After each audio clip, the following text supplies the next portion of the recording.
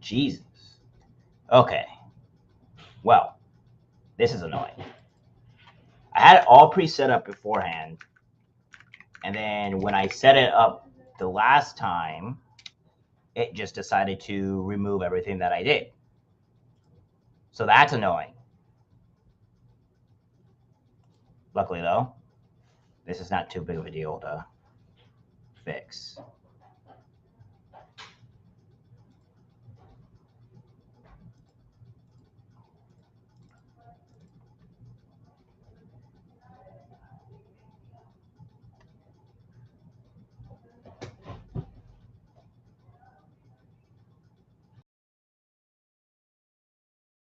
Okay, don't need to hide this on stream. Okay, I need to show this on stream. Then they should just pop up automatically without any issues.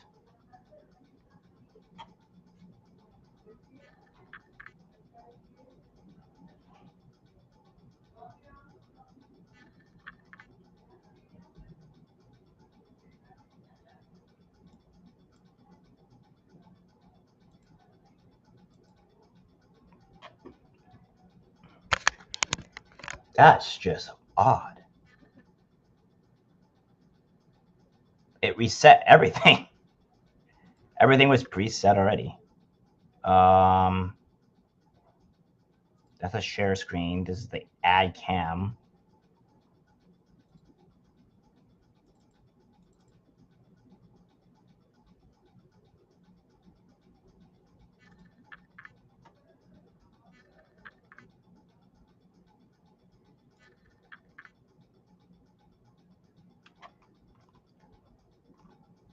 Normally this is fine though, because it takes a little bit of time for everybody to kind of swoop in here. It just worked when I put on my cam the last time.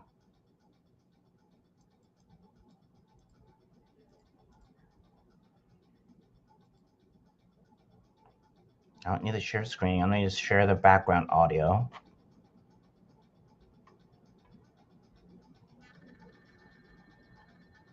But will allow me to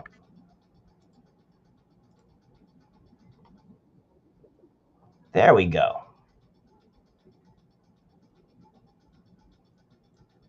It seems you're okay. There we go. I'm hoping it is letting me hear you. Okay. How's the sound?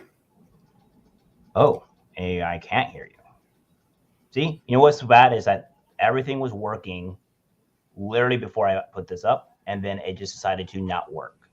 Well, I'll tell I you don't what. know why. Let me see here. You know, this technology is great until it doesn't work, which happens too often to me too.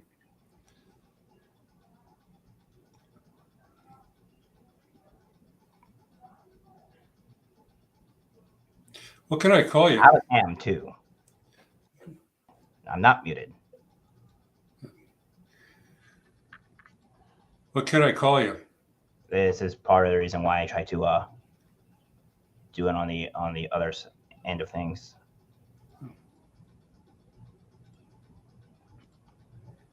So fix that. So that problem is fixed, but I can't fix the audio.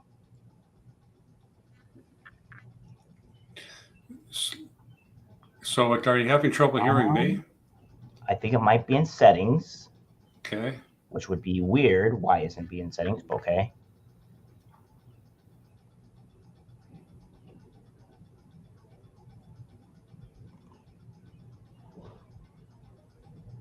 I did the test with one of my buddies last night just to test everything worked. He joined in fine. I could hear him fine. And then when I start the stream, it deletes everything and then goes back to default. And I'm not seeing any settings here.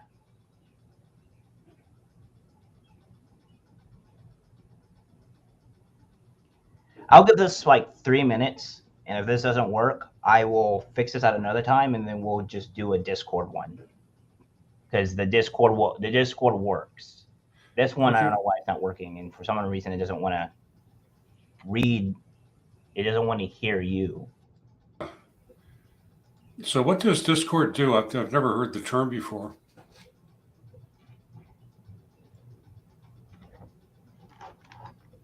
And I know it's not what I'm hearing here because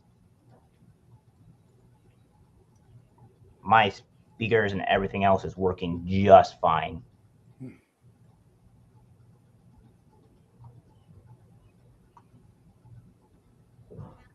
And I'm not seeing anything with speakers here that's showing exactly what's going on here.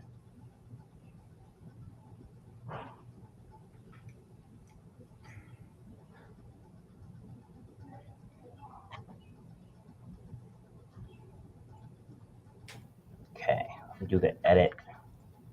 See, even this edit's not working, which is amazing.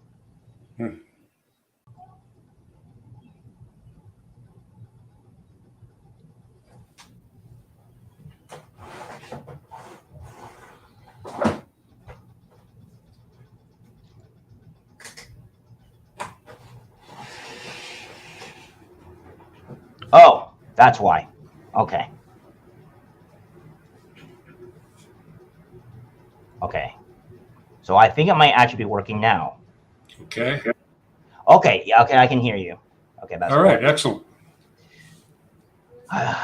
It had it to my millions of other headsets that I don't use anymore. I don't know why it just defaulted to that. But now I do have a webcam, but I don't know why it won't detect my webcam. So that's weird. But at least I can hear you. Okay. Well, take your time.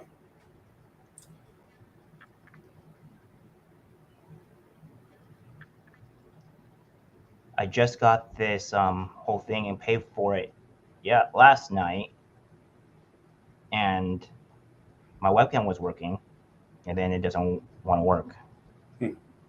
I don't know why that is.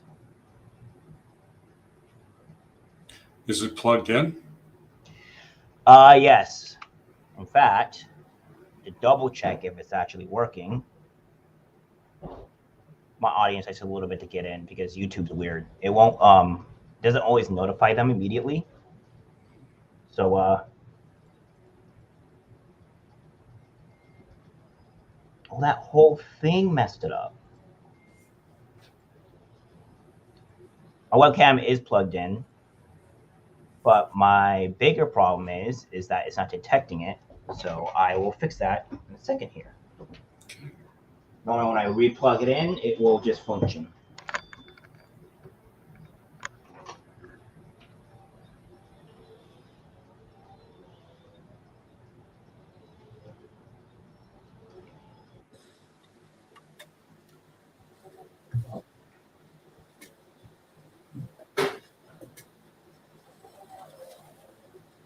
Give it a second to fix itself. Luckily, I have more ways to combat this issue. Speaking of which, so there's my microphone, which is working, and then this is working. I'm not seeing a webcam thing, so maybe.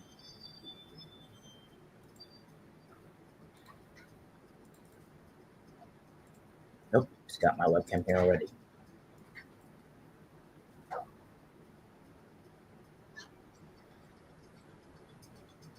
Okay.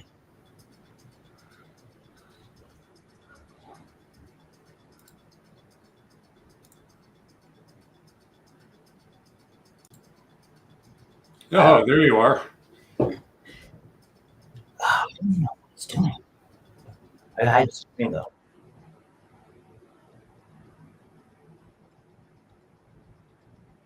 Okay.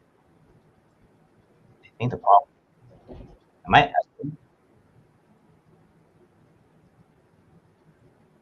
Okay. I think it's going good. Sounds like it's echoing. I don't know why.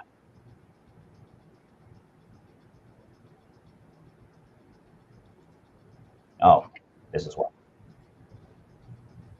Now I know. Okay, so now I know why. that was a lot more painful than it needed to be.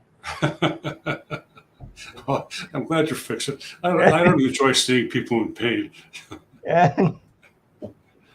It is. I figured something like was going to happen. You know what? I'm going to have somebody come on my guest first episode, and there's just going to be some type of technical issue, and then it's just going to ruin everything. But it's okay. We fixed the problem. Yeah, cool. Now, what can I call you? Do you go by JM? People probably on the internet will probably call me JM, but you just call me Jerome. JM Okay. is just abbreviated to Jeromenes. So Okay. either Jerome or. it is. All right. So how is your wonderful day today? Considering. Well, it's been pretty busy actually, but it's been a good day. Every Thursday, I take my mom, who is 92 years old. I take her to lunch, and we sit around and talk for a couple of hours, and I do her grocery shopping for her. So that's what I did for a good part of the day today, and it's always fun for her. It's fun for me too. So past that, I had some surgery on my thumb. Normally, I would mow the grass too, but my surgeon told me not to do that for a couple of weeks. So I'm just I'm retired. I'm 71 years old, Jerome. So, I'm not dodging work or anything like that. It's just my life is different now. I do. You're looking pretty good for 71, though. So. Oh, thank you.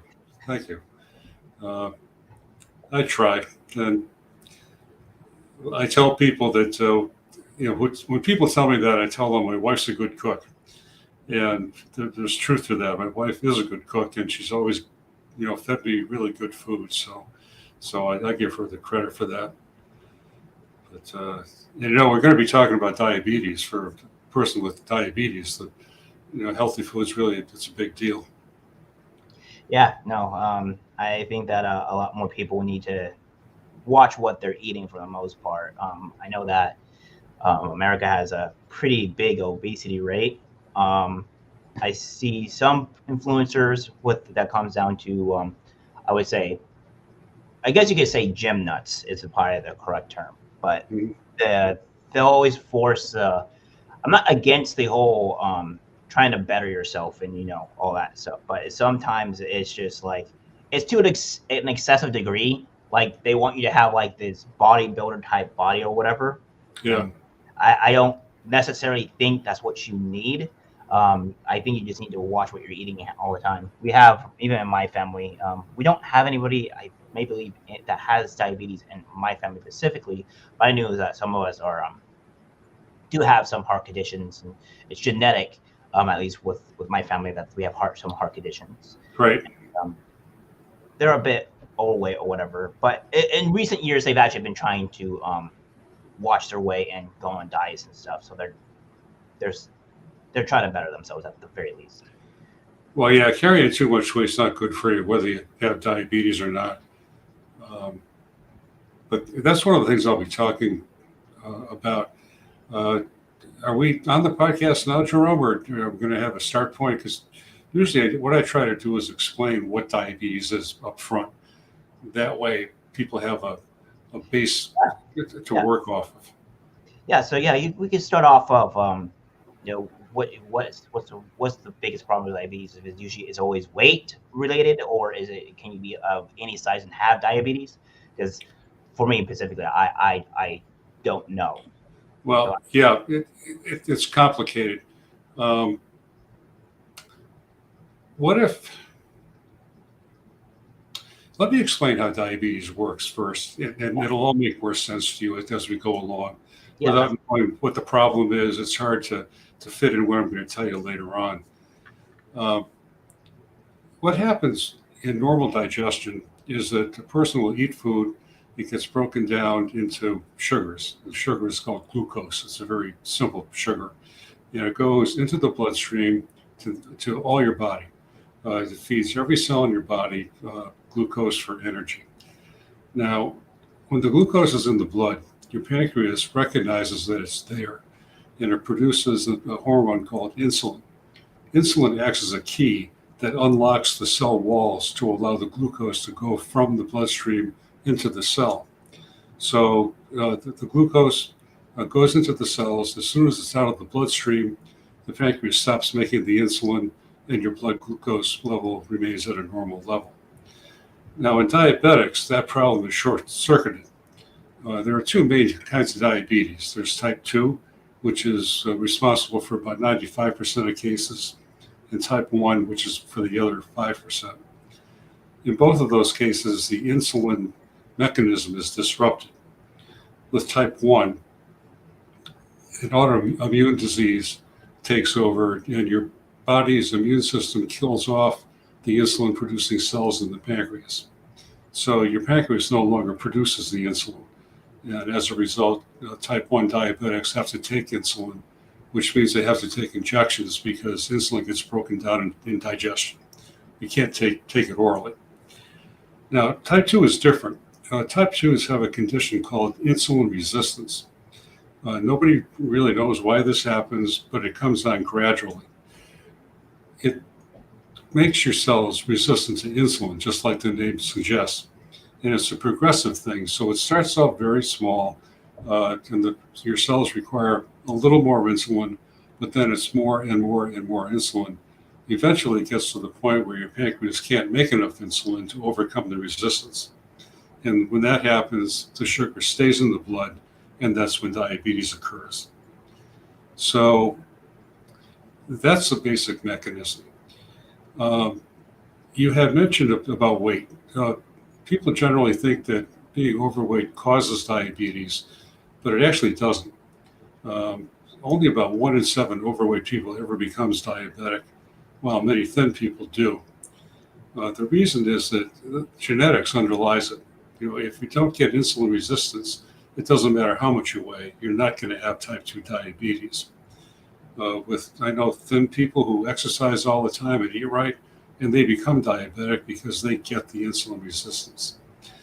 Now, where weight does come into play is that certain kinds of fat will make insulin resistance worse.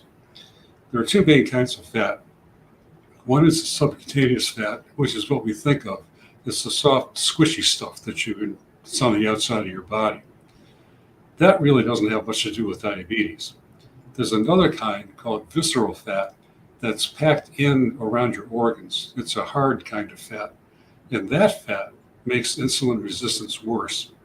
So when you're asked to lose weight, they tell you that it'll make a difference to lose between 5 and 7%. The reason for that is that visceral fat is the fat that goes first. So by losing that initial amount of fat, you do decrease your insulin resistance, and that helps your body control the blood sugar level. Oh yeah, okay, yeah. So I've heard of visceral fat before. I don't know if I watch a streamer. His name is LS. He does League of Legends. I don't know if you probably haven't heard of it. No.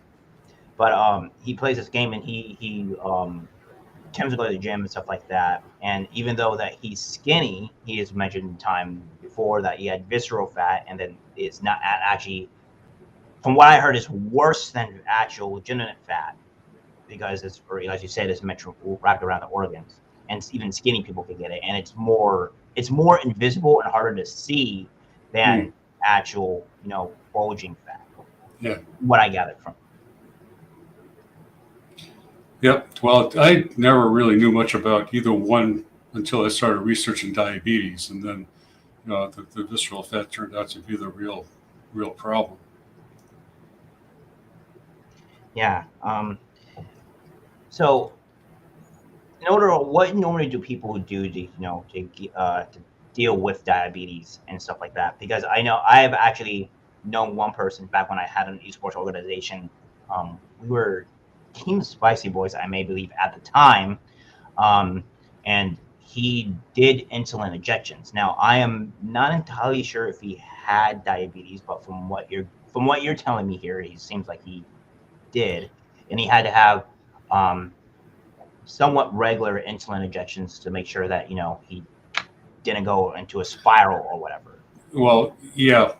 Well, with type 1s, which is probably what he he has, you have to take insulin, and the only way to get it is with injections. I'm type 1 myself, so I've had type 1 for 42 years so far. And from the day that they taught me how to do the first injection, I told myself that this is the way it's going to be unless they cure this disease. And I've taken injections at least once and usually several times a day ever since then. I've never missed a day. But you need to do that, because if you don't have any insulin in your body, then whatever you eat, mainly carbohydrates, it will turn into sugar that's going to stay in your blood, and that's what causes the damage.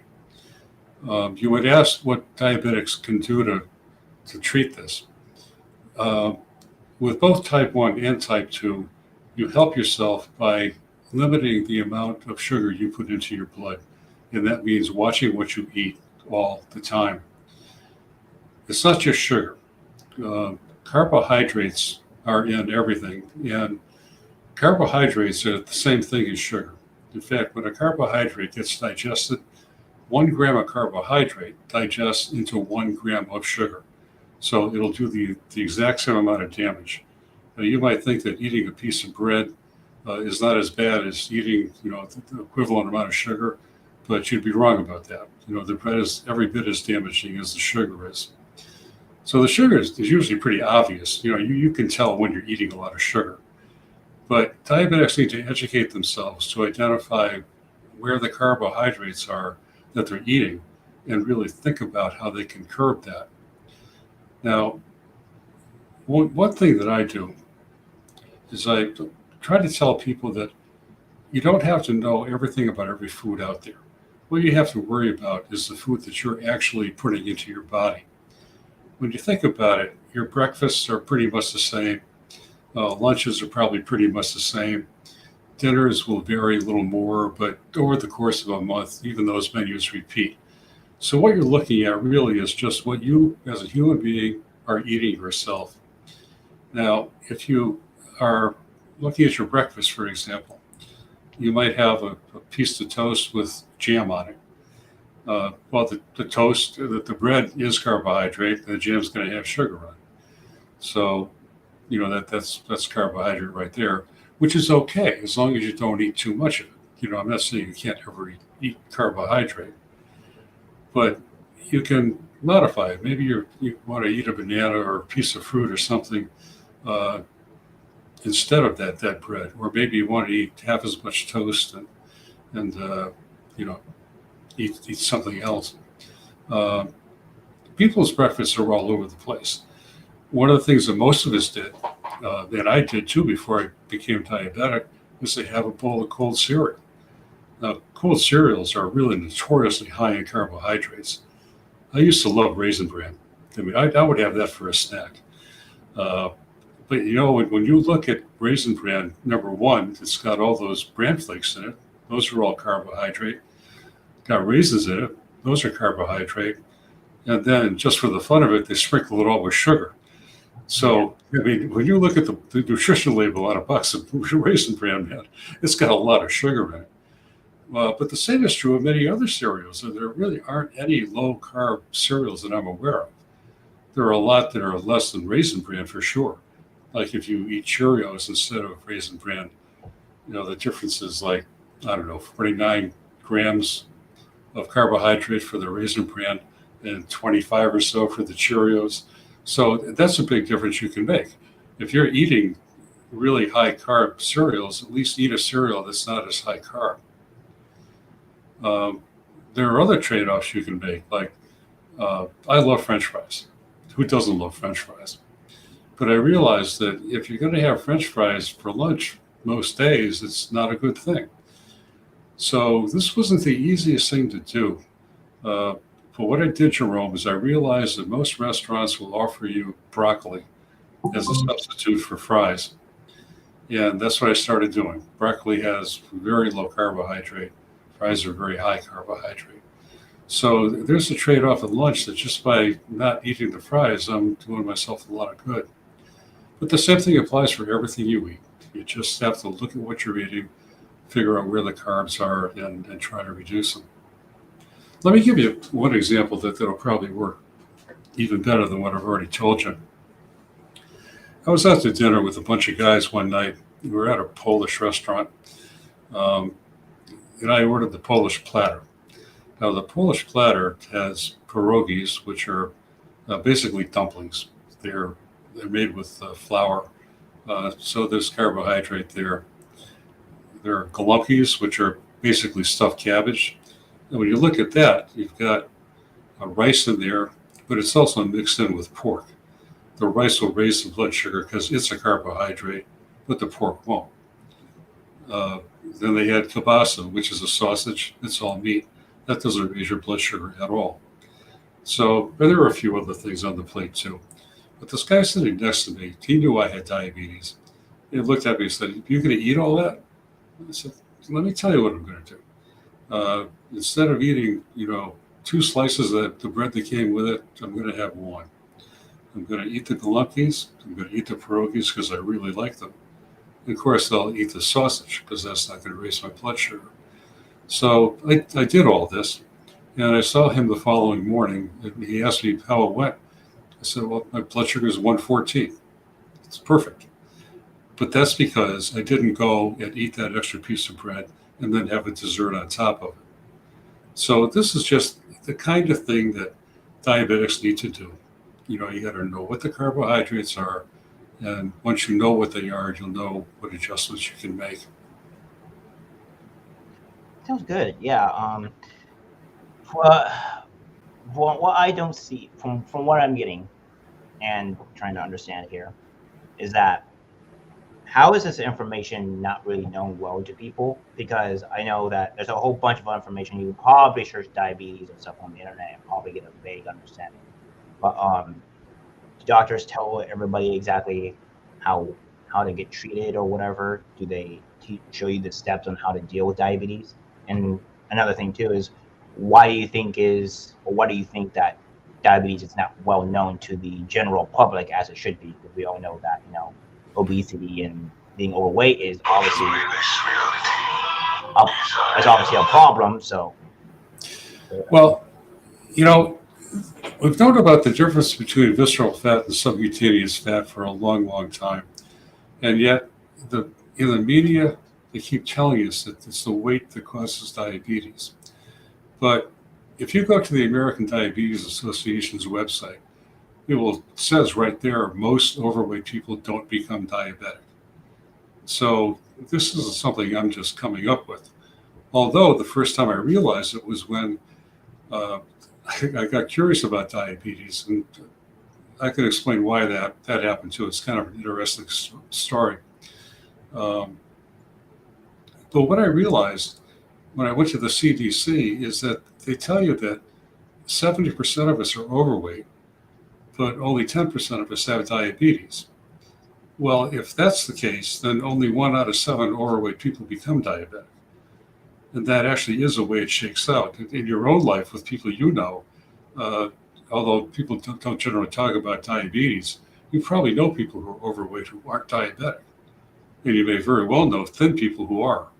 So the whole thing, it's not a thing only about people being overweight. It just doesn't work that way. But I'd like to tell you why I'm doing all this in the first place. I'm not a medical person. I'm a business person who is now retired. I was in Chicago a number of years ago during the week when Ron Santo was inducted into the Baseball Hall of Fame. Santo was a kid. He was only 19 years old, and he had type 1 diabetes. So he was taking insulin just like I do. And I got to tell you a little bit about diabetes before I continue the story. sure. When you take insulin, there's a danger of going too low. We all know that high blood sugar is what causes the damage, but going too low is another problem. What happens is that if you don't have enough glucose in your bloodstream to cover the insulin that you have given yourself by injection, then your blood sugar can go too low. The insulin just takes all that sugar and throws it into your cells, and then it keeps going lower and lower. The problem is that the brain takes glucose directly from the blood It doesn't store it like other cells in the body do. So when the blood sugar level is too low, the brain starts to malfunction. You start sweating, your vision gets blurry. Sometimes you can see double. You lose your coordination. If it gets too low, you can pass out. So it can be a very serious thing. Luckily, it's easy to fix. All you need to do is eat some sugar and boost that sugar level back up in your bloodstream, and things come back online, and you go on with the day. Well, in one game in Chicago, Santo played for the Cubs. It was the last of the ninth inning. There were two men on base, there were two outs, and there was a batter at the plate. Santo was in the on deck circle, and he started feeling a low blood sugar reaction coming on, started getting shaky, started sweating. So he knew the symptoms, and he knew what would happen if he didn't get some sugar right away. His problem was that he never told the Cubs that he had diabetes because he was afraid they would fire him. This is back in the 1960s. Yeah, and they may very well have fired him because he had diabetes. So nobody on the team, except for his roommate, knew that he was diabetic or anything about the fact that he might need sugar once in a while. So he was stuck there in the on-deck circle. He prayed that the batter at the plate would make an out to retire the side and let him get back to the dugout. But instead, the guy walked. So now it's bases loaded, two outs, last of the ninth. They're down by 2 runs. Santos said he came up to the plate and he looked up, seeing triple. So there were 3 scoreboards, 3 pitchers, 30 some odd people standing out in the field. Pitcher wound up and threw the pitch. He said it looked like it had a slinky attached to the back of it. So he took a wild swing at the ball and put it out of the park for a walk-off grand slam home run. So he got back to the dugout in time to eat his candy bar, and nobody knew this story for another 10 years when he was retiring and they had Ron Santo Day at the stadium, and he told the story then. So I heard this story. I actually read about it in the Tribune, and I thought, man, what a great story. I mean, for anybody, a walk-off grand slam home run, that's pretty special. But knowing what he was thinking as a diabetic, the amazing story was that he made it into the dugout without collapsing. So there was a lot of drama going on there that nobody was aware of, except for Santa.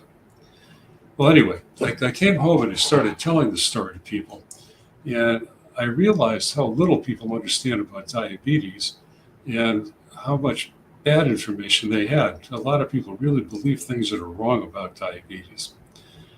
But even more so, I got curious about some of the questions people were asking me because I didn't know the answers to them. I knew about type 1, but I did not know about type 2. And when I researched it, it turned out that I was wrong about a lot of the things that I thought about type 2 as well. So once I realized this, and I realized what a raw deal type 2s get, because people blame them for getting the disease because they think they got it because they're overweight or they ate too much sugar, which also has nothing to do with it. People blame diabetics, and a lot of people I talked to felt shame because they had diabetes and they themselves thought they brought it on. So from there, I realized how big the problem was, and in retirement, what I've been doing is trying to educate people as to the fact that diabetes is not brought on by personal behavior, although personal behavior is necessary to control your blood sugars once you have the underlying causes. Okay, yeah, that makes a lot of sense. I actually, now that I think about it, I think we have our house cleaner here. She can't eat a lot of sweets, so I think she is actually diabetic. She might have mentioned something like that. Yeah.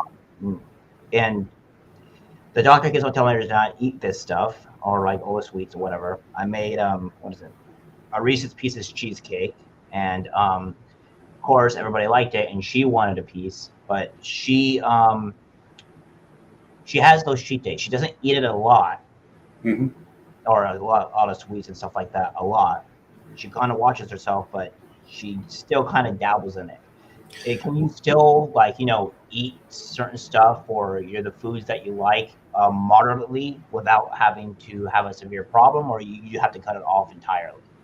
No, absolutely not. You do not have to cut it off entirely. I don't. You know, I like ice cream, and I eat ice cream, but I balance it. In my case, because I take insulin, I can take a little more insulin to cover the additional carbohydrates that I know I'm eating. But if you don't take insulin, which most type 2s don't, there is a way to knock your blood sugar down, and that's simply by moving around. Uh, we use the term exercise, but when you say exercise, people think, well, he wants me to go to the gym, he wants me to train for a marathon, all that hard stuff that most people just don't want to do. They may not even have the time to do. But fortunately, that's not what's necessary. Uh, in terms of diabetes, exercise is really anything that makes your skeleton move.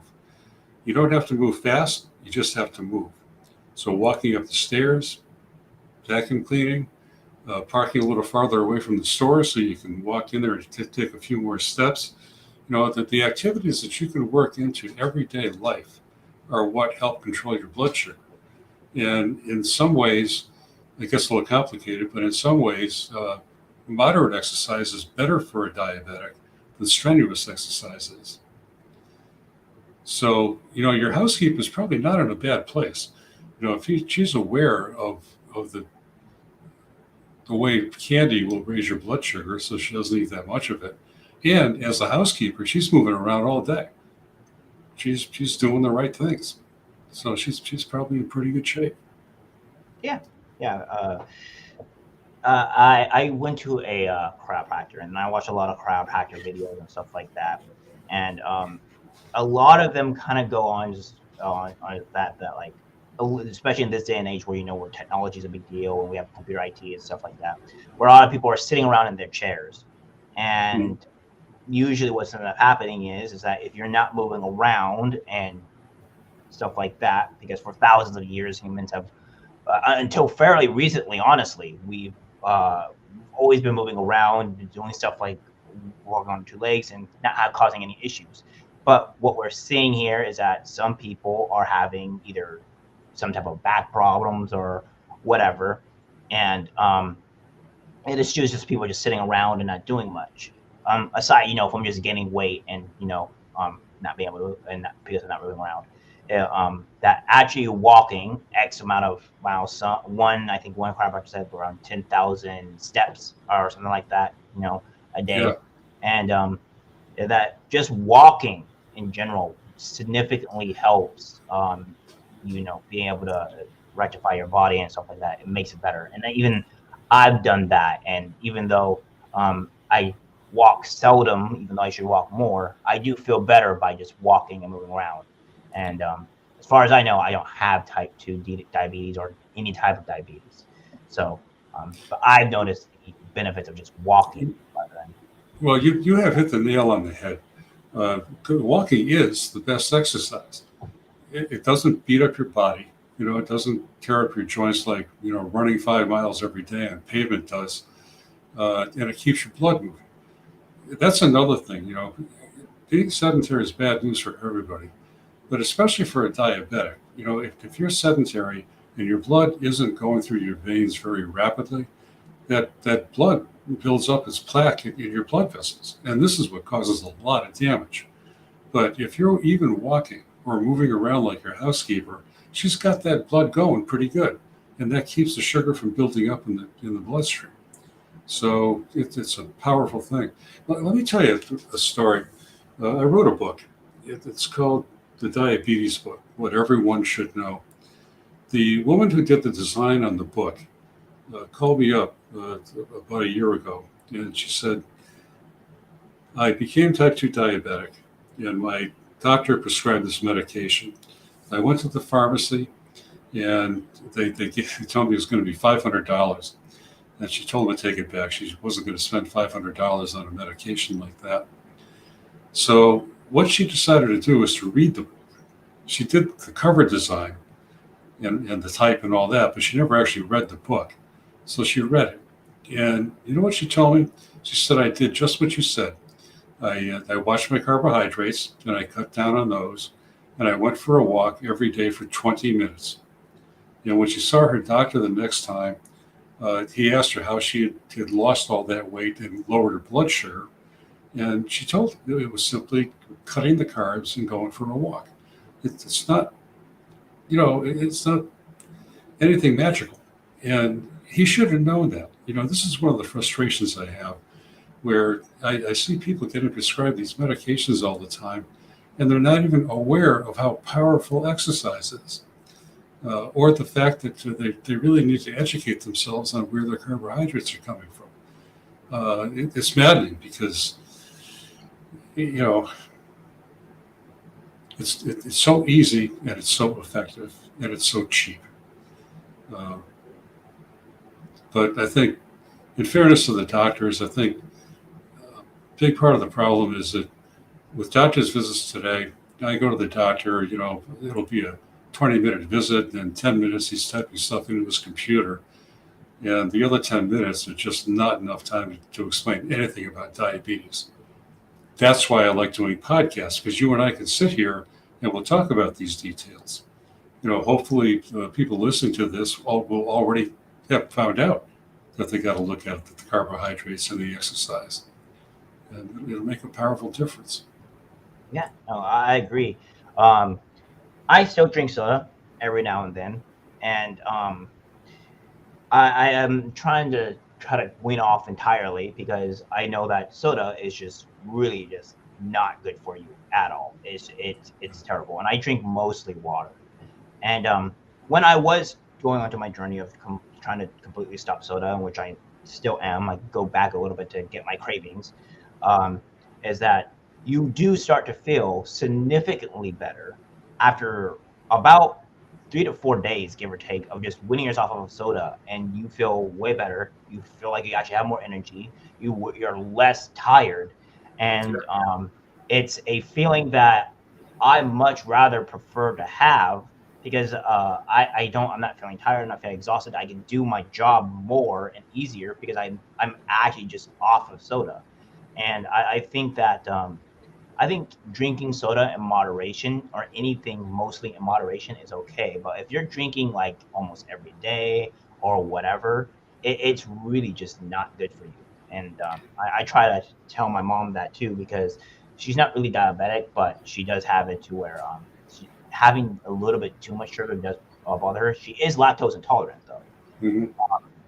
And I try to tell her that you try to drink a little bit less because you'll feel a lot better than just drinking all this other stuff.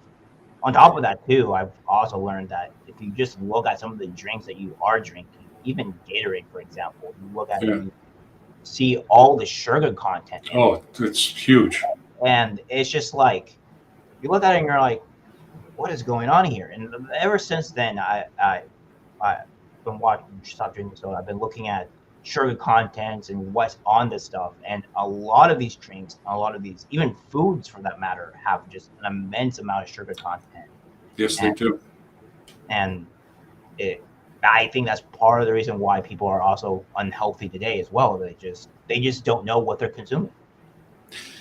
Yeah, this is a reason that those nutrition labels are so valuable. In years past, before you had those, you had no idea what you were buying, but now you do.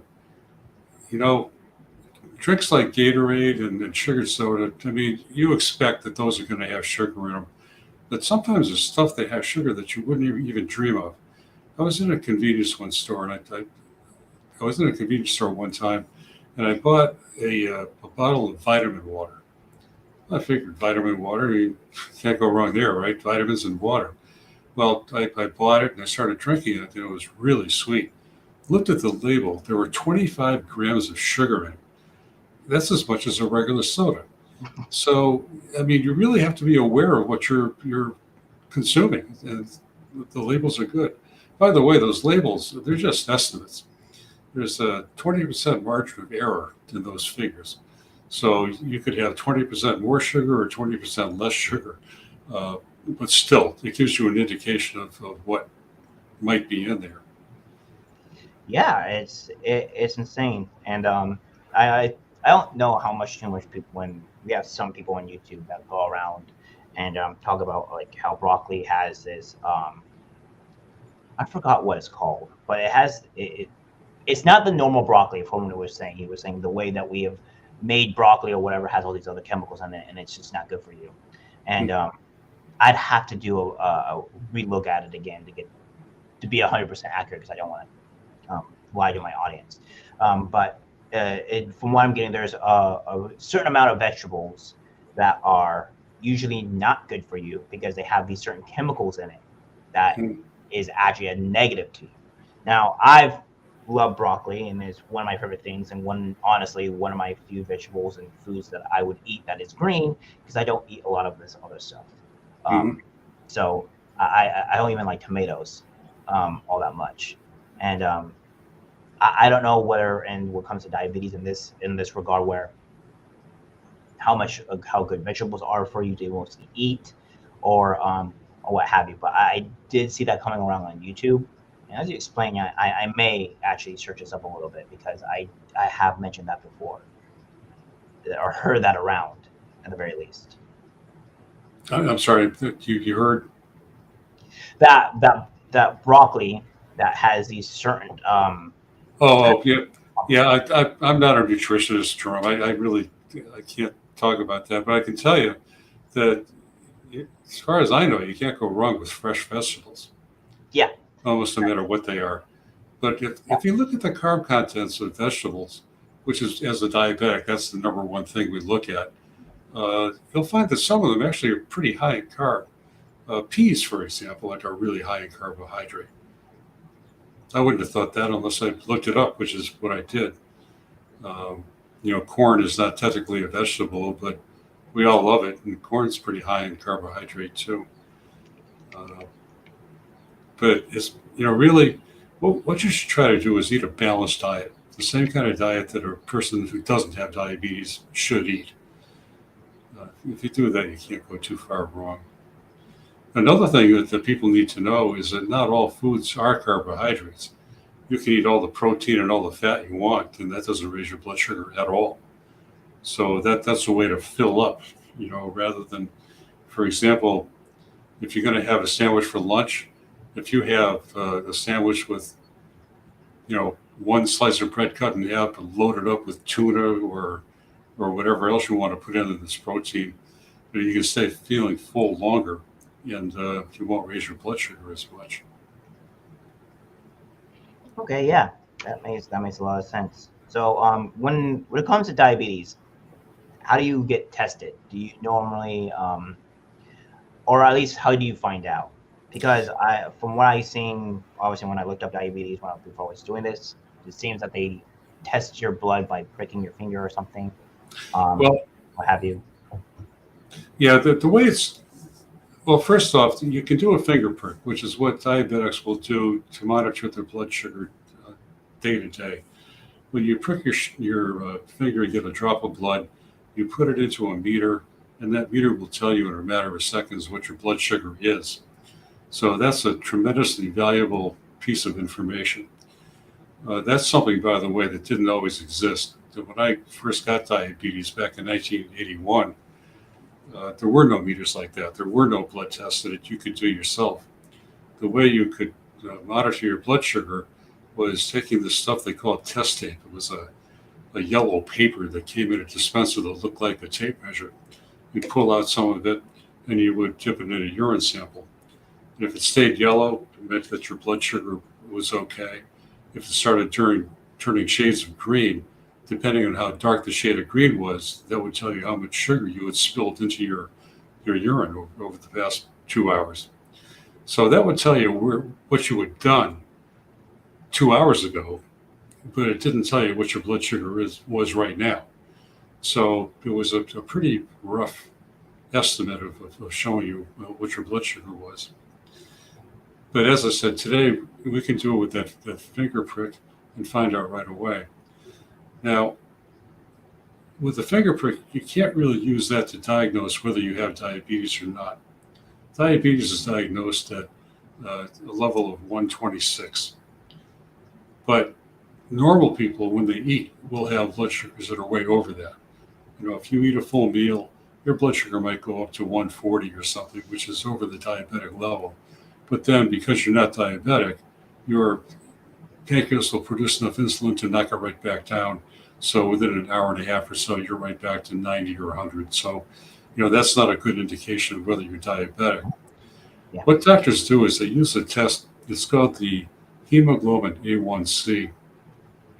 What this does is it tells what your average blood sugar has been during the previous 3 months. And the average blood sugar is really the determinant. If you have an A1C of over 6.4, that means you're diabetic. If it's between 5.7 and 6.4, you're pre-diabetic. And if it's under 5.7, then you're not diabetic at all. So that's what they do to determine whether you've got diabetes, and that's something you need to see a doctor for. Okay. Yeah, that makes a lot of sense. Yeah, I haven't really been to the doctor in quite some time. Normally, I've been mostly healthy. Well, you're a young guy. Yeah. You'll find out later on. Just you need the doctor a little more. Yeah. Yeah. Unfortunately for me, well, not really unfortunate for me, but unfortunate for my mom. She has rheumatoid arthritis. I may believe what it is. That's tough. That's tough. What she has. I don't want to say it's a severe case, but it is creeping in, and she has to use a walker now, which has been fairly for the past couple weeks. She's around your age. She's like 75-ish, somewhere around there. Yeah. And I got to take her to her doctor's appointments and stuff like that. And she's stubborn. She doesn't like to listen all the time, but she has to moderate a lot of the stuff that she's intaking and stuff like that. Needs to drink a lot of water because it's causing her to have problems. So, and normal to day-to-day life, what would a diabetic do? Depending to besides just taking insulin to keep up the ramps, to make sure they not going down or whatever. I'm not sure if we have gone through this yet or not, but I do know that that walking helps. But what happens if they if they crash, if they crash or they pass out or what have you? Is there ways to stop this from happening, or ways to resuscitate them or whatever if their blood sugar gets too low? Well, it's got to get too low if you're taking insulin, which most type 2s don't, but some do, or take certain type 2 medications. Aside from those, most people with type 2 don't really have to worry about low blood sugar. Type 2s, by the way, there's a whole spectrum of type 2, depending on where you are with your pancreas's ability to produce insulin. When you're first diagnosed, you've got a lot of your pancreas's ability left.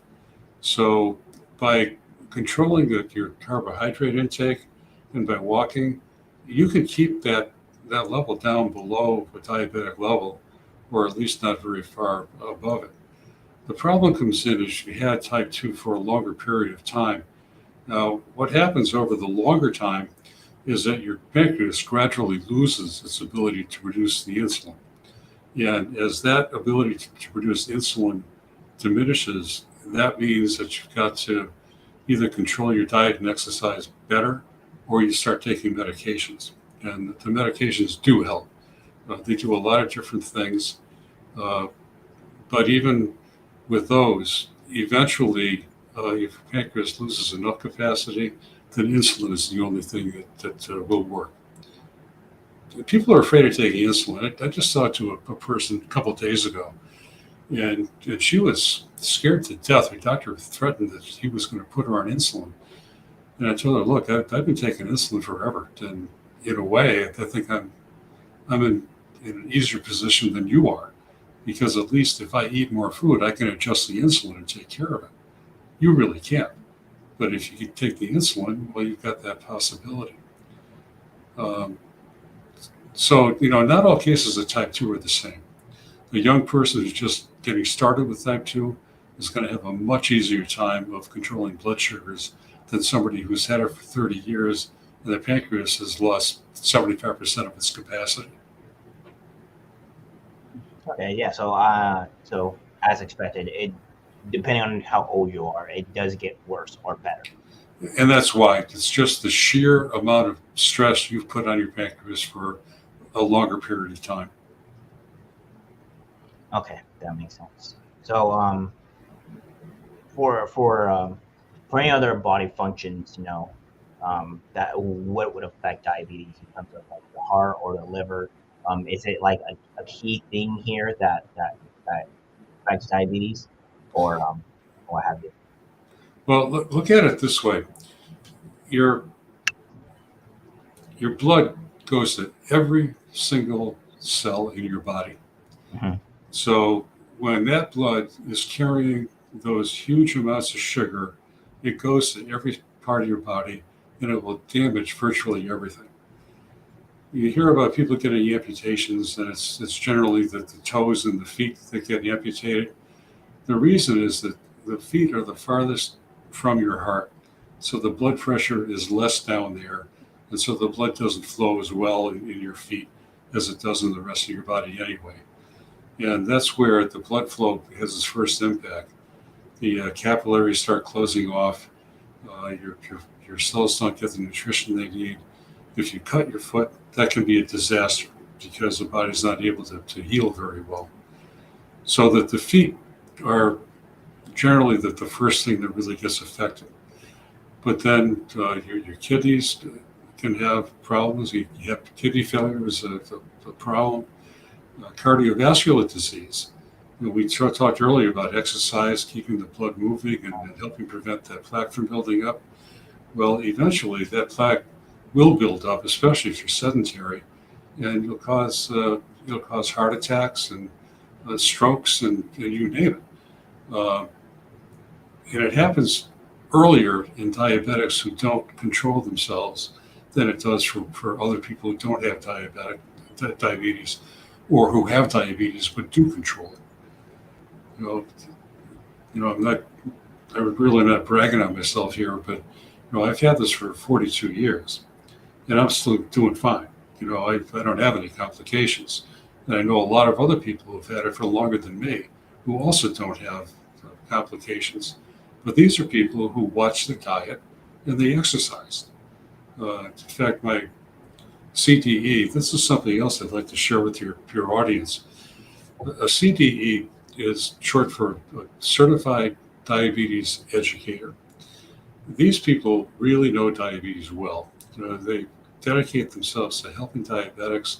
They know a lot of practical stuff that is really helpful. I've learned more from my CDEs than I have from any place else. So if you have diabetes, I really recommend you find yourself a certified diabetes educator. But one of my educators told me that of the diabetics that she knew who did well with the disease, every one of them exercised. Every one of them. I mean, that's how critical that is. And again, this is one of the reasons I'm doing this. I can't believe that it's not emphasized more than it is. All right, yeah. So what do you think this is? What the pharmaceutical company, the industry, or whatever what do you think they do for diabetics in general? Because I do know that I'm a man that has I'm not a huge fan of medication in general. Mhm. When I had to get my wisdom tooth pulled, I only did it. I only took a little bit of laughing gas at best, and I didn't even like that. And when they gave me really hard pain medication, I took like a few for like a couple of days, and that was it. So Wow.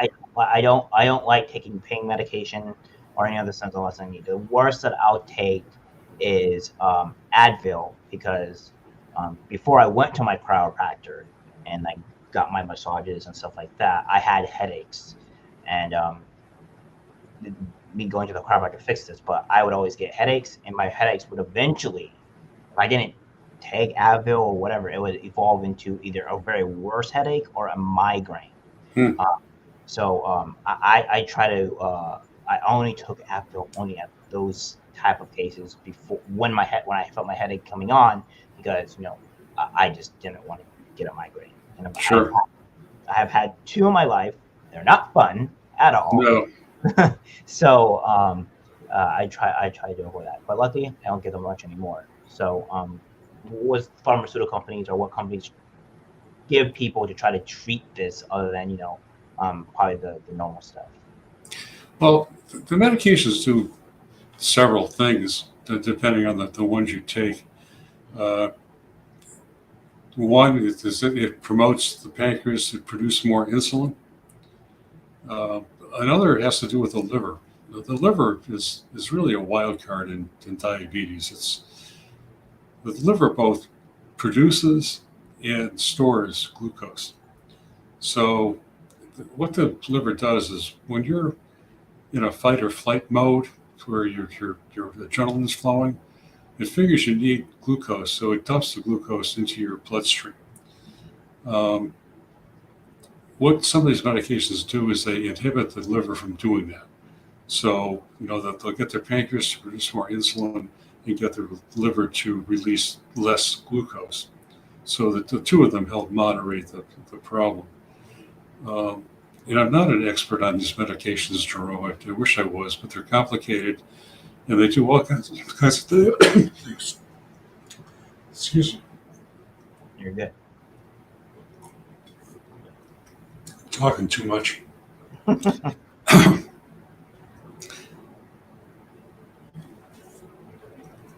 But they do a lot of things.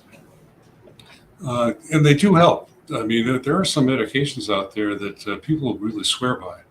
But sometimes, they'll work for a certain amount of time, but then, your pancreas loses even more capacity or something else may happen where they have to change up the medications. But they certainly help. Here's an amusing situation with a recent medication. You see those ads for Ozempic? Yes. They're all over the place. Well, Ozempic helps people lose weight too. So a lot of people are prescribing it off label to just lose weight. But I read a story about the side effects of Ozempic, and one of them turns out to be dreams. People have very vivid dreams with it. They don't know why. They think it's because their metabolisms are wrapped up and it has something to do with either having more dreams or just being able to remember them better. But there were a couple that were written about in the newspaper that I read.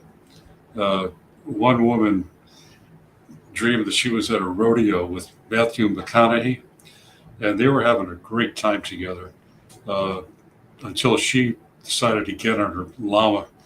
And Matthew would have none of it. He said, "Okay, if you're going to ride your llama, then I'm out of here." So her date with Matthew dissipated because of that. And another one had a dream where she was in a bar with Will Ferrell, and she explained to Will that he was the father of her baby. And she said, Will was good with this. He was fine with the idea of a blended family. And then she woke up. So people are having these Ozempic dreams, and it's just kind of weird. It's kind of a harmless side effect, but it is kind of amusing that they seem to be positive things. Yeah. So is there any triggers that sets off diabetes other than getting your insulin too low, or is the Well, there are triggers that the ADA has said that diabetes starts whether it's type 1 or type 2 when a genetic predisposition encounters an environmental trigger. But we don't know the triggers, that there may be many of them. There may be things that interact differently. So we really don't know.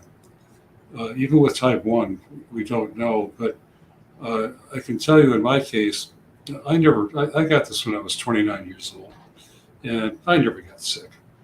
But this, one week I was sick as a dog. I mean, I couldn't even get up off the sofa. Then it was over. I went back to work. And 2 months later, I started experiencing the symptoms of diabetes. I didn't know that's what they were, but I was thirsty all the time. I was urinating all the time. And those are two of the primary indicators. Uh, so I went to the doctor and sure enough found out I had diabetes. So in my case, I am absolutely 100% convinced that a virus was my trigger. But as far as other people go, I really don't know. And you may never ever know what the trigger was. It may just be that you got these diseases and you have no idea why they happened. Yeah, that makes a lot of sense. One of the things that ended up happening to me, and I was quite a few years ago. I think it was at least 23 or 22, something along those lines. And this was back when my father was in the hospital, and I was by myself. I was taking care of the house, and they were at least give or take 5-6 hours away because they had to take care of him, and I had to be at the house and washing and all that stuff. So I was taking care of the house and doing all that stuff. And randomly, for no reason at all, my stomach, for whatever reason, dropped me on the ground, and I couldn't move for at least 5 minutes. Wow. No idea what it was, and I have never felt pain like that, and I haven't really gotten it checked till this day, but it was just random. I didn't eat anything raw or whatever, and it was just a complete random attack for whatever reason, and I've been fine ever since. But Wow. but like you said, it's just sometimes these diseases or these attacks just come out randomly, and you don't know what caused it. And for me, I haven't had a single problem since, other than my wisdom tooth causing me problems, which I had that removed. But other than that was pretty much it. Yeah. Yeah. You just don't know it. And it's too bad. If we could say, well, if this is what triggers type 2 or this is what triggers type 1, at least you could avoid those things. But you just don't know. By the Um, way, by the way, a study was just completed within the past year or so by the University of Massachusetts, and they've identified 117 genes that affect type 2. So, I mean, there are a lot of genetic factors there too. It's not just each individual gene, it's how they interact with each other. So the combinations it's just an astronomical number of things that can be happening. So there's no way of controlling it. so in terms of out of all the years that you've had diabetes, how much of a progression and scientific stuff that we over the years that we had it have we learned and progressed with diabetes? I'm assuming we have gotten significantly better over the years of learning about diabetes and how to treat it. Um, as there has been any great medical strides or what have you that you know of that has helped people with diabetes. Well, let me use myself as an example. I mentioned earlier about the test tape where you found out what your blood sugar was 2 hours earlier. Well, that's all the control we had. Um, Today, as I'm sitting here, I'm wearing an insulin pump and a meter. I have the pump carries 3 days worth of insulin, and I've got a tube that goes from that pump into a port that's in my abdomen. I change that every third day, which means that instead of taking individual injections several times every day, I change that one port once every 3 days. So that's one needle. Um, with the monitor, that's a painless thing to insert. It isn't even a needle. It's just a little plastic thing that gets inserted into the upper layers of your skin. Now, those two work together. The monitor checks my blood sugar and it radios it to my pump. So the pump knows what my blood sugar is, and then it adjusts the insulin that I need, um, and it puts it into my body. So where I had to guess at what my blood sugar was 40 years ago, and then hope I was giving myself the right amount of insulin, now it's all done electronically. So that is a huge, huge improvement. And you know what, Jerome? This is a proof in the pudding. Back in the early 80s, if you had an A1C, remember I talked about the A1C determining whether you were diabetic or not? Yeah. Well, the breakoff for diabetes is 6.4. If it was over 6.4, then you had diabetes. Back in the early 80s, if you had an A1C in the eights, which is really high, that was good. I'd come in. I remember going to the doctor one time, and I had an 8.6, and he was thrilled. Man, you're doing a great job. Well, now with today's technology, for the last few years, I've had an A1C of 6.6 or 6.7. That's not that much higher than normal people. So the progress in this has just been tremendous. Yeah, that's good. That's good. That it's nice to know that we have made tremendous strides in diabetes. Um, that is making everybody be healthier and easier to deal with this. So Well, when you think about it, part of it too, it is what we talked about with nutrition labels, for example. We can know really what we're eating. Back 40 years ago, you just didn't know. You do candy bars are probably bad for you.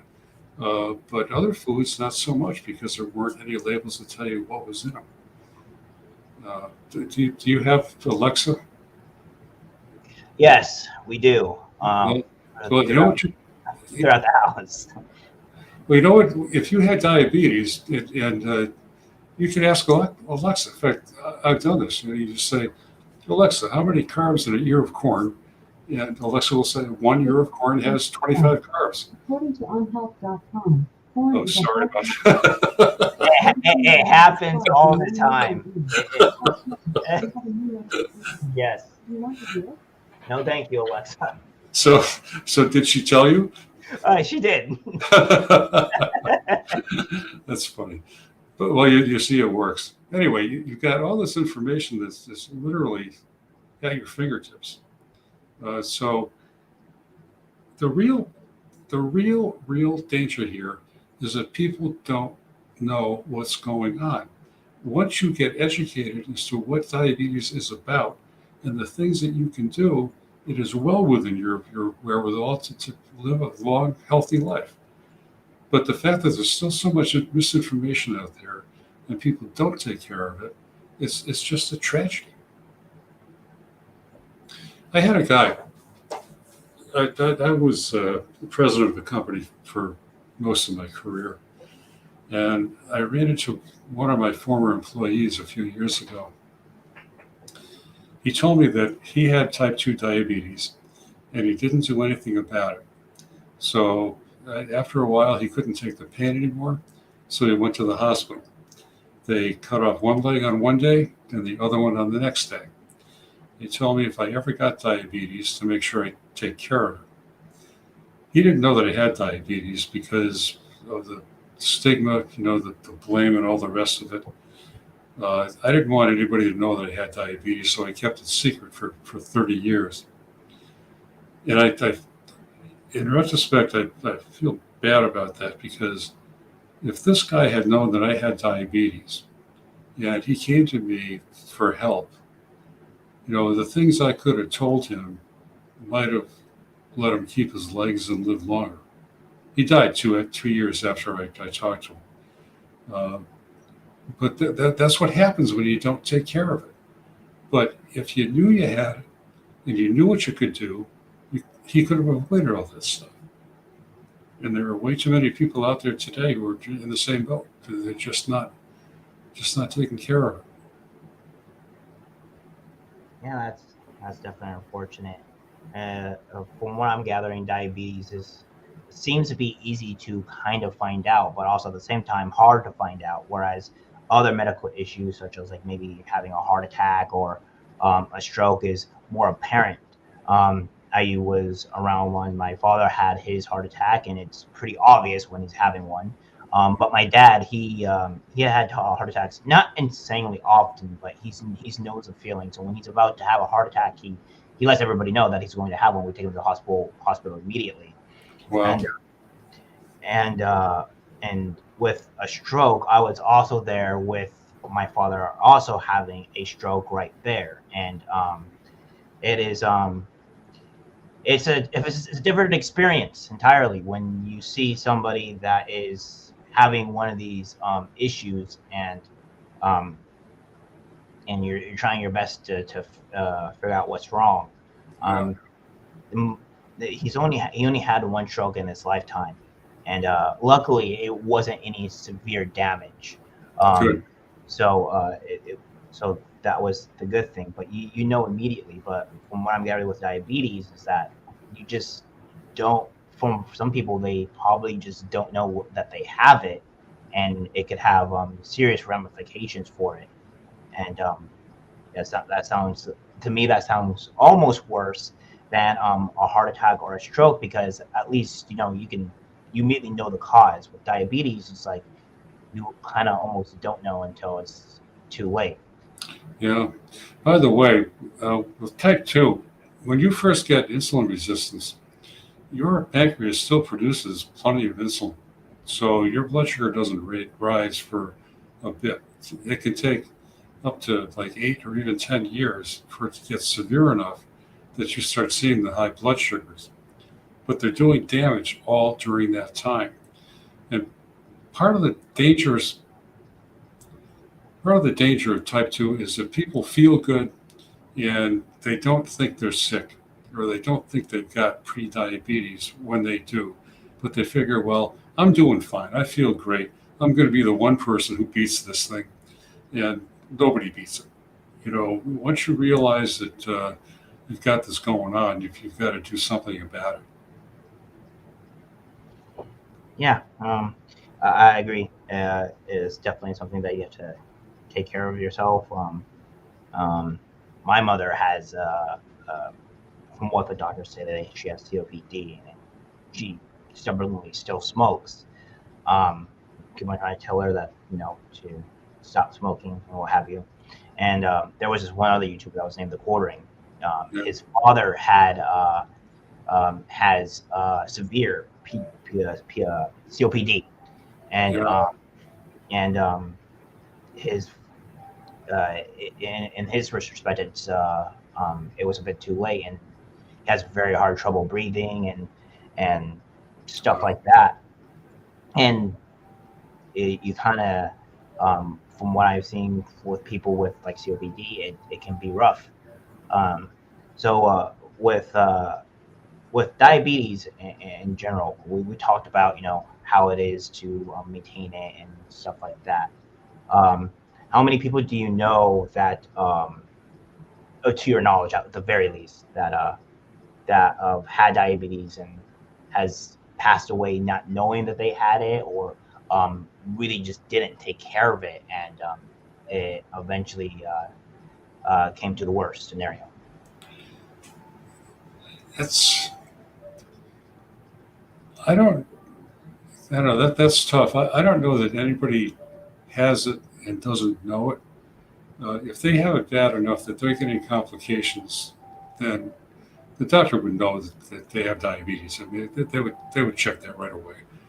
Um, so I don't think anybody just kind of dies from it not knowing they have it, because the complications take a long time to develop. It's not like you get diabetes and the next year you're keeling over. It's a long progression. Um, we talked about losing your legs and that sort of thing. Usually it happens in stages. The person might lose a toe or two, and then it just gets worse from there.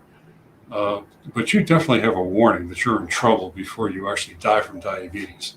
I mean, you'll be developing problems with your heart and your circulation and maybe your kidneys, your eyes, for example. I mean, you can go blind from diabetes. And that's something that eye doctors can pick up on. What happens with the eyes, by the way, is that you've got blood vessels on the inside of your eye, and they get weak because of what the sugar does to them. And after a while, they bulge and then they open up. And the blood drips into the eye. And after there's enough blood in there, it blocks your vision so you can't see. And, that's another tragedy. That's something else. That if people go to a doctor and they have an eye exam, the doctor can tell whether they have problems with the blood vessels or not. And that the blindness can be prevented at that point. But that's just another thing that happens. In fact, I've got a friend who's going through this now.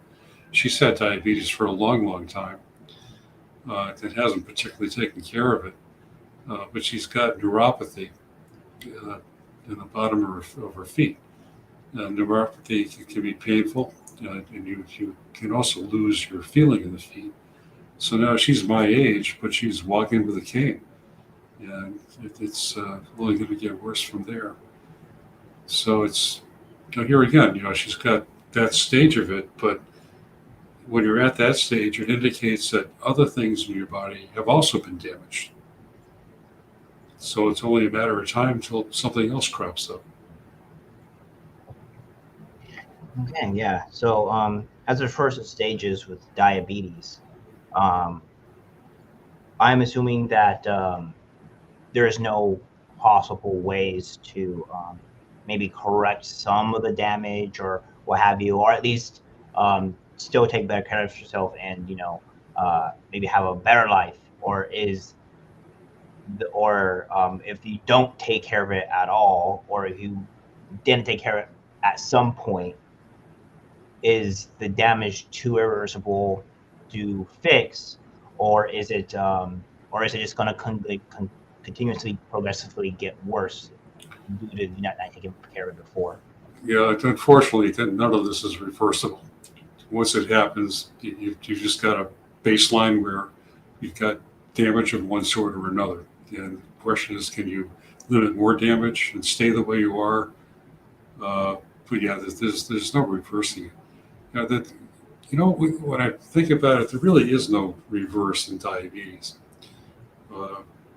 And this is another thing that really, really is annoying. People are out there, they've been out there saying that you can cure diabetes or you can reverse diabetes. Reversal is a word they use.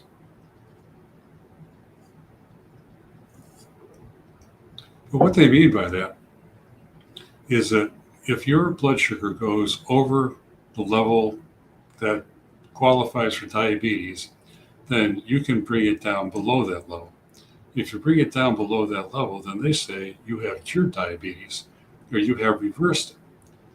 But really all you've done is drop your blood sugar level, because as soon as you eat something that's got carbohydrate, it's going to boost it back over the level. So it's a temporary thing. It's not a cure. It's a reversal that'll last for, a few hours maybe, but these are just misleading terms that they have no place in the conversation. We need to understand that once you have insulin resistance, you are in a fight for your life for the rest of your life. So understand it and do something about it. Don't go around thinking, well, I went on the web and there's a diabetes cure on there. Well, I know they're out there. I've looked at most of them. They're just unconscionable frauds. There was one, I still salivate thinking about it. They had this pastry. It was a cinnamon pastry. It had the frosting on it. You know how it's just the right temperature? The frosting just looks almost like it's liquid. You can see the steam coming off the thing. Its cinnamon's all nice and brown. That's the way this picture was. That was the first picture you saw in this 15-minute presentation. And it said that the cure to diabetes was a common household item. It turned out to be cinnamon, which cinnamon does have a marginal effect on blood sugar, but it's not enough to really be touted as any kind of a reversal. But in the end, they actually said this, Jerome. They said, well, you can you can use the cinnamon and it's going to help, but you can't take it in the form of a cinnamon bun. Well, the inference up front was that, yeah, you can eat all the cinnamon buns you want.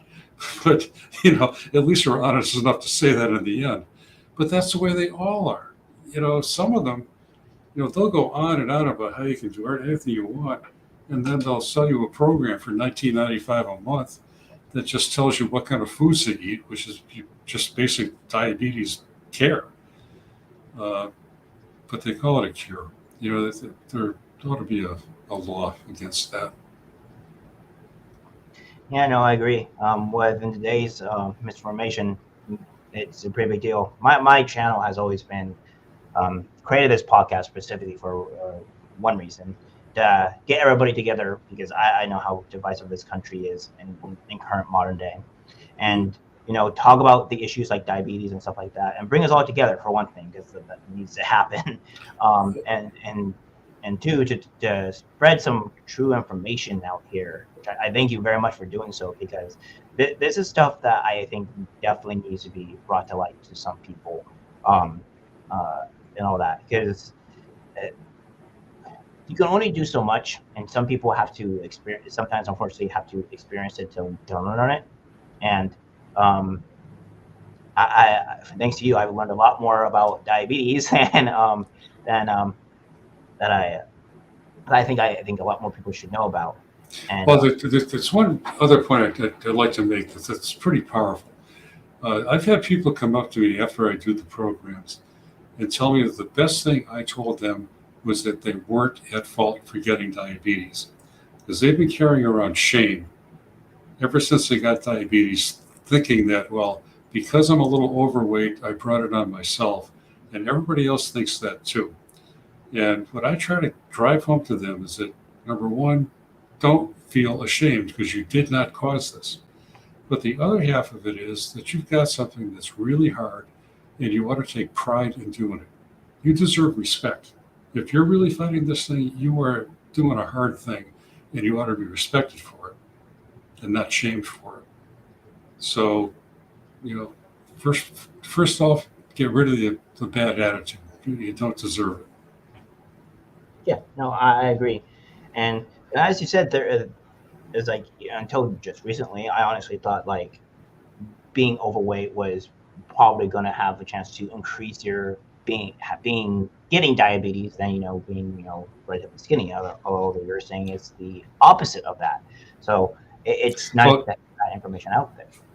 let me just clarify one other thing, Jerome, and explain to you why it is that they say that being overweight causes diabetes. We talked about the fat situation, and that's the heart of it. What they're saying is that if you get over that diabetic level, then you did it because you weren't controlling your weight and you're making your insulin resistance worse and all the rest of it. But that's really a matter of managing your diet and all the rest of it. It has nothing to do with whether you have insulin resistance or not. And the key thing is that without insulin resistance, you would not have diabetes no matter what your weight was. And it's unfair for people to tell you that you got diabetes because you're overweight. It's just not right. Yeah, that's understandable. Probably one of a few last questions here. Getting a little kind of going a bit over time, and not over time, but getting close to the end of it. Anyways, for people that are getting diabetes, I am going to assume diabetes is something that you just spontaneously get. Like you can cause yourself to get diabetes, correct? But sometimes it's just chemical or whatever imbalance in your body that just happens to where you just can't produce insulin. If I'm Well, that's with type 1, that's the thing. You can't produce the insulin, and nobody knows why it happens. It's an autoimmune disease, and it just kind of comes out of nowhere. We just really don't know why. Yeah, understandable. Because yeah, if, as I didn't know that. Because I honestly thought when you get diabetes, you cause it in some kind of way. That's the reason why you would end up getting it, and Well, if that would be the case. if your definition of diabetes is that level of 126 I mentioned, uh, what they're saying is that anything you do that raises that level over 126 is something that uh, causes diabetes. Now, if you are eating a lot of sugar, for example, you will cause a very high blood sugar. No question about it. And then they kick in that definition and say, well, you didn't have diabetes before your level went up this high, but you did have insulin resistance. And that's the underlying cause that you can't prevent. And that's what really is what causes your blood sugar to go high. You can affect it by how much you eat and how much you exercise, but it's not going to, it's a temporary thing. It fluctuates. The insulin resistance, though, that's going to be there forever. Okay, yeah, that's eye opening actually. Um, so for like to kind of almost wrap this up, Sure. what do you know for sure and everything about diabetes and that is that you could probably tell our audience, my audience specifically, of uh, about diabetes, what the issues is and stuff like that, and that's 100% concrete, and maybe not in such in the kind of hazy or unknown territory. I trying to think of the one thing. Let me start by just a little bit of history.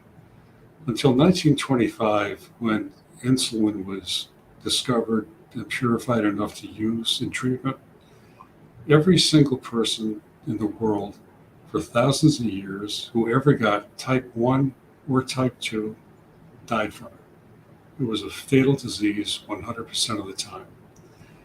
Today, as I mentioned earlier, we have got wonderful, miraculous things that we can do to live long and healthy lives. And if you have diabetes, please learn about it uh, and do the right things. It's a hard thing to do, but it can be done. So please do it. And Jerome, would it be okay if I mentioned my book? Because Yes, please do, please do. I've got a copy of it here. I'll just show it real quick. It's called, try to get it in there. It's called the Diabetes Book.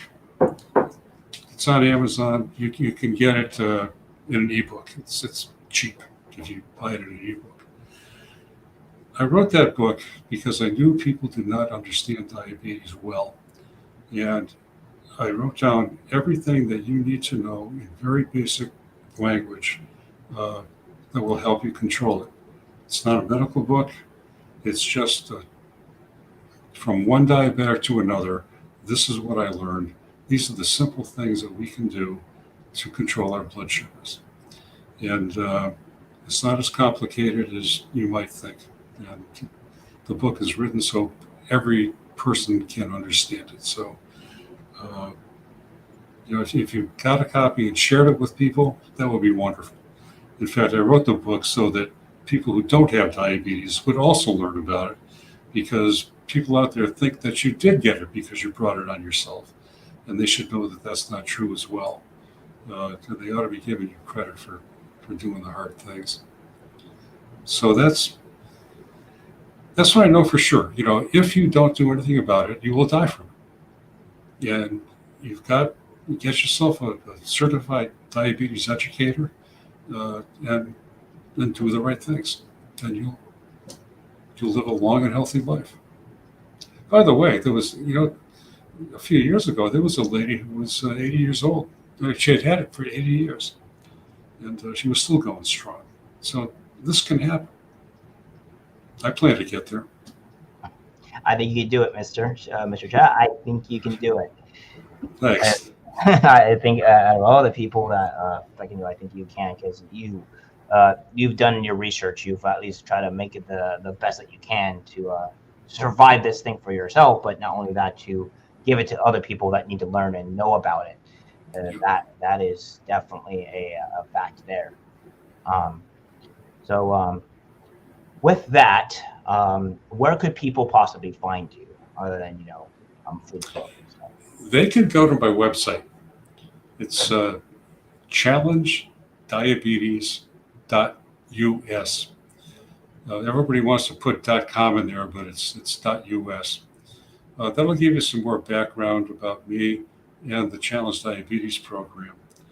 By the way, the program itself, I'm working on a way to get that out there too. I don't have it finished yet, but eventually, what I would like to do is get that program out there so that civic groups and church groups and business groups can just quickly get the gist of what I've just been talking about for the last hour. So another few months that'll be out there too. But please have a look. You may learn something. All right. And with that, I think that will be end of the stream. I think we'll have to do this again at some point. This was very informational, nice to have, and we'll have to do this again in the same format. That'd be great. I'd like that. Yeah, and I'll try to get a few more guests in here as well to try to talk about that. So I'll definitely keep in contact, and I'll let you know when you can do it, and we'll do this again. I very much enjoyed the conversation. Me too, Jerome. All right, thank you guys for watching. We actually had more people joining here today than I thought, so that was nice. Thank you all for watching, and we'll see you guys tomorrow for our normal content type stuff. All right, see you guys. Okay, bye, Jerome.